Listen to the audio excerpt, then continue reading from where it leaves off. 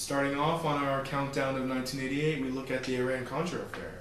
The Iran-Contra affair was a scandal, pretty big scandal here in good old USA, involving Ronald Reagan selling arms to Iran in exchange to help fund Nicaraguan rebels. Huh, I don't remember all that. I must have been too busy dancing and doing crack. Well, what a year it's been. So, tell us about it, Don.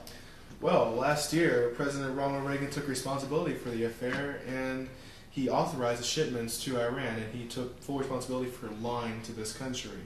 Now, Oliver North and John Poindexter just this March were convicted on multiple counts of conspiracy, lying to Congress, obstruction of justice, and altering and destroying documents pertinent to the investigation. Our government has a firm policy not to capitulate to terrorist demands, that no concessions policy remains in force.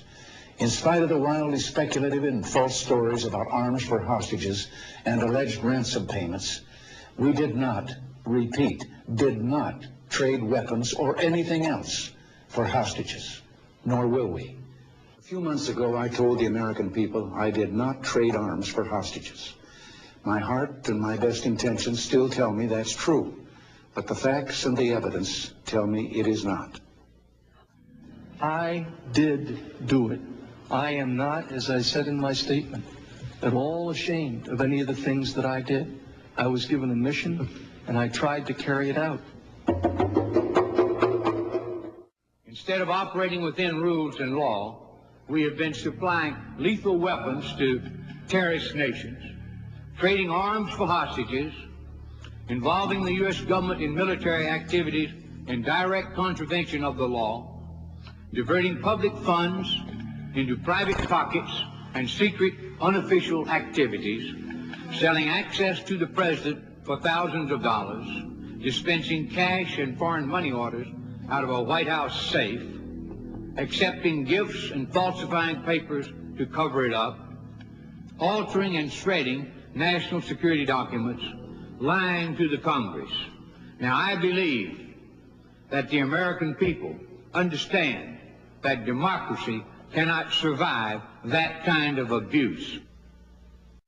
Our next event, as we go through 1988, would be the Summer Olympics held in Seoul, South Korea. Now, through lots of blood, pain, sweat, and tears, the Soviet Union unfortunately came out as supreme leader, winning over 130 medals. They were also the country with the most gold medals. Yeah, those communists are bred to be champions. More power to them. But, what a year it's been! On the other hand, the U.S. came in third in the total medal count, so we didn't have too bad of a season, but we lost to inferior communists. Huzzah! We are so successful. What a year it's been! Here we are in Seoul, South Korea, home of the 24th Olympiad. The leader as it stands now is Soviet Union with 132 medals. The U.S. stands in third place with 94 medals. It has been a good all-around showing from all the athletes, and here we are having some and just finishing up.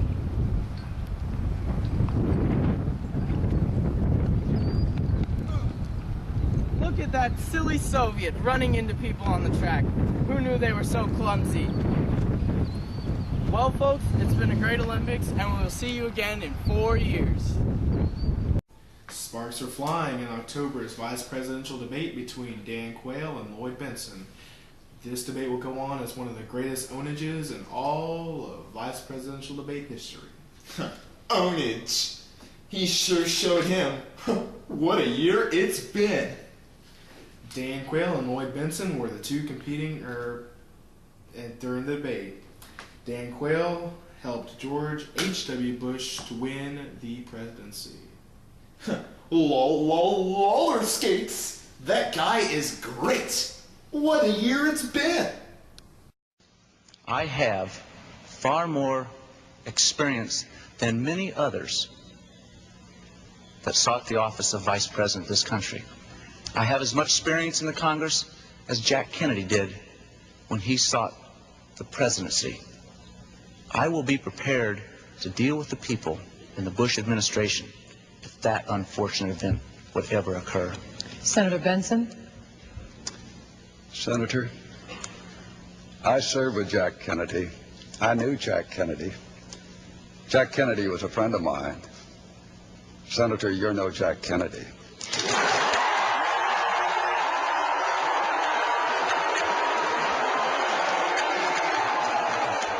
That was really uncalled for, Senator.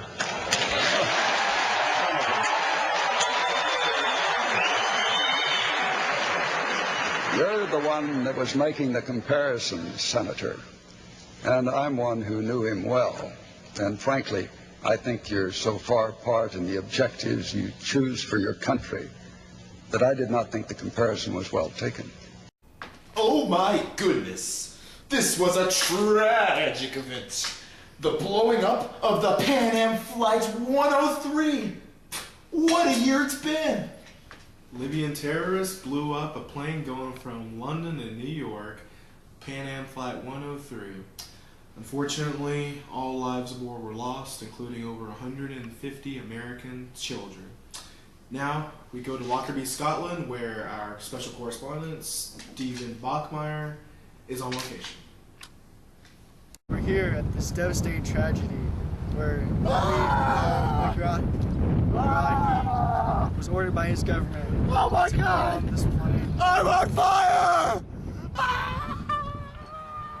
As you can see, this chaos is incredibly devastating to the people around here. Oh my God, this is crazy!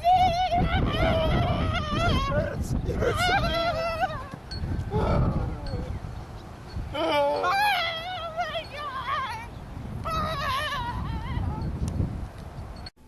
As you can see, this year was filled with great events and tragic events. Hopefully next year is as full of wonder and excellent things as this year was. Yeah, you sure are right, Dom. This year's been a roller coaster, full of ups and downs. What a year it's been, what a year it's been. What a year it's been! Well, thanks for tuning in, folks. It's been grand. Houston, stay classy.